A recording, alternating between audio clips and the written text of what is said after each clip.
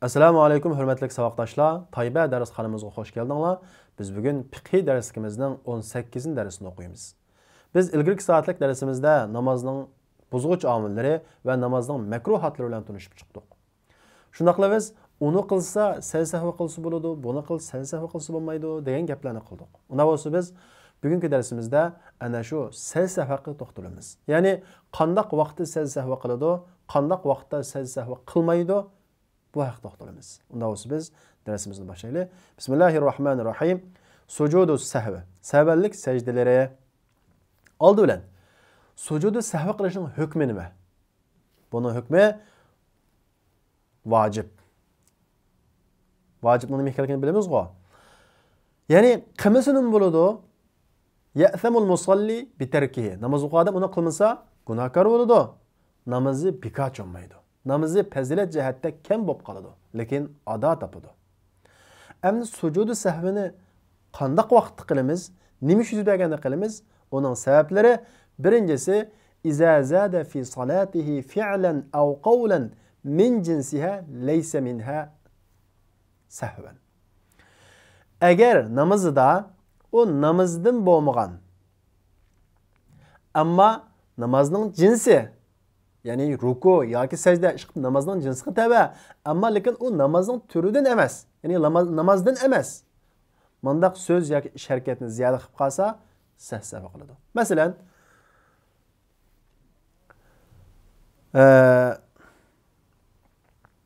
bir sajdani ortiq qilib soldi, sahva holatda. Yoki bir rukuni ortiq qilib soldi. Buni keyin esi keldi qilib, qanday qiladi? Sahva qiladi. İkincisi ev naqasa vaciben. Biz yuqorida sanagan namozning vojiblaridan birini tashlab qolsa, sahva qiladi. Sunnatni-chi? Sunnatni tashlasa, sahva qilmaydi. Ev tarkal imam al-jahr bil qira'a fi ma yakhafat aw al-aks. Ya'ni imom ulluq o'qiydigan namozda pas o'qib qolsa, pas o'qiydigan namozda ulluq o'qib qolsa, buningda sahva qiladi. Chunki bu nimaning tabi? Vojibatlarga tabi. Biz namozning vojibatlarida buni sanadik. Demek bu nihayet düşünüşlük. Endi ahirida ash-shakku fi ziyada va naqs. Bunda vaqt qanday qiladi? Ya'ni shaklinib qolsa, 3 rakat o'qidimmi, 4 rakat o'qidimmi deb ziyada yoki kamroq shak qilib qolsa, bana ala ghalib dhannihi in kana lahu dhann. Ya'ni kuchli gumoniga quriladi. Ya'ni uning gumoni bo'lib qolsa, menda 4 rakat ekanligi kuchli deb kuchli gumon bo'lib qolsa, kuchli gumoni quriladi, uning lekin sahva qiladi.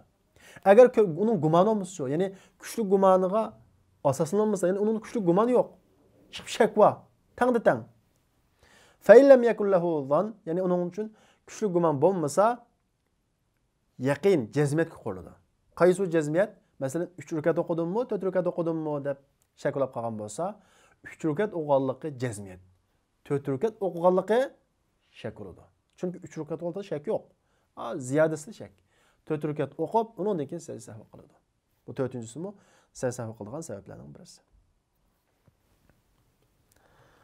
Unda o'z sahvaning sifati qanday bo'ldi desa, ayyasjuda sajdatayn ba'da an yusallima an yaminihi at-taslimata al-ula faqat.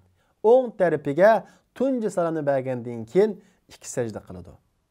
Ondan keyin, ya'ni 2 sajda qilib bo'lgandan keyin vujuban vacib bo'lgan holda tashahhud o'qiydi. At-tahiyyatni o'qiydi. Ondan keyin Allohumma solli alayhi o'qiydi. Ondan keyin duo qiladi, ya'ni Allohumma robbanani o'qiydi. Duoni 5ida, ya'ni sahvadan ilgari o'qimaydi. Buning sifati shu. Endi sajdaning ikkinchi turi bo'lgan sujudi tilovatga to'xtalamiz. Ya'ni tilovat sajdalari. Qanday vaqtda sajda qilamiz?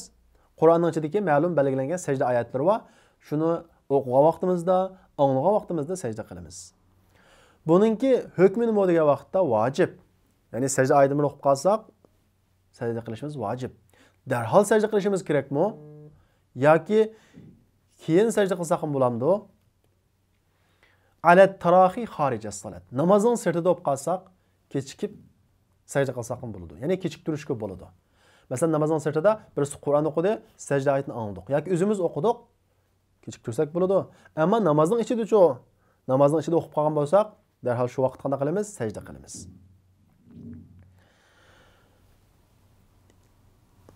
yoki imom o'qib qolgan bo'lsa, imom sajda qildi, imomga ergashib qana qilamiz, sajda qilamiz. Agar imom sajda qilmagan bo'lsa, biz mi sajda qilmaymiz. Namozning sirtiga chiqib bo'lgandan keyin ayrim sajda qilsak bo'ladi. Uning shartlari qaysi desa, uning shartlari xuddi namozga shart qilingan narsalarning hammasi shu bunga shart qilinadi. Ya'ni ahliyat vujubus salat min taharatul hadas, tahorat qo'xshash namozninki vojib bo'lish ahliyat layoqatlardan tortib, nijosatdan pokiz bo'lish, namoz o'qiydigan yana pokiz bo'lishi, ya'ni sajda qilgan yana pokiz bo'lishi, avratni yepish, qibliga qarash, niyat qo'xshash namozga nima shart qilingan bo'lsa, tilovat sezishga shu shart qilinadi. Undan keyin uning sabablari cho'q desa, birinchisi tilovat qilish, Qur'on Karimni o'qish. Bir odam Qur'on Karimni o'qidi, o'zi pan anglamagan taqdirda sajda qilish vojib bo'ladi. Yoki sima oyat sajda. Sajda oyatini anglash. Qur'on o'qib o'ltadi, sajda oyati chiqdi. Sajda qilish kerak. Avval istima' alayha. Ya, birinchisi sima oyat sajda. Qur'on o'qishni xayol qilmadi, yo'lda ketib qolsa, Qur'on chiqib o'tgan, shuning orasida sajda oyati chiqib qoldi. Quloq solmagan bo'lsa, quloqqa kirib qoldi. Bunda vaqtimiz sajda qildi. Avval istima' boshqa. Quloq solib angladi. Bu vaqtim yana sajda tilovat qiladi. Demak, quloqqa kirib qolsin yoki anglasin, ikkili holatda sajda qiladi. Iqtido, ya'ni iqtido qilgan vaqtida imom sajda oyati o'qidi. Bu vaqtda qanday qiladi? Sajda qiladi. Imom sajda qiladi, imom sajda qilmasa namozdan chiqib o'zi sajda qiladi.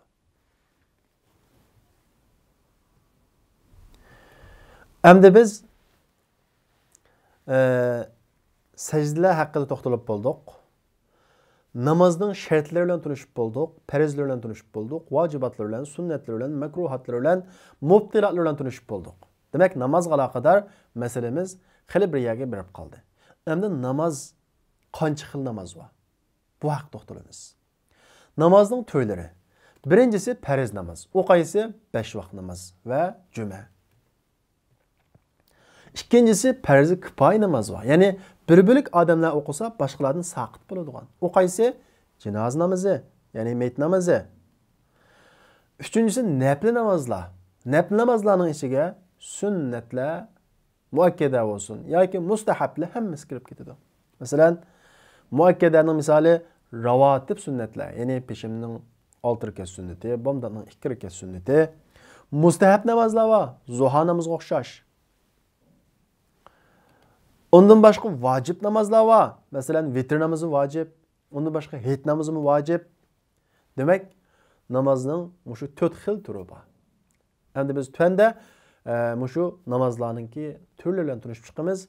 Bugünlük dersimiz muşa daxillaştı. Ahirde künükün verilgen. Sizler bunu işleysizler. Ondan başqa arkadaşlar biz kilerki saatlik dersimizi görüşeyle. Esselamu aleyküm. اطلب العلم أخي فهو درب به نور به ترقى به تحيا عالما حرا فخور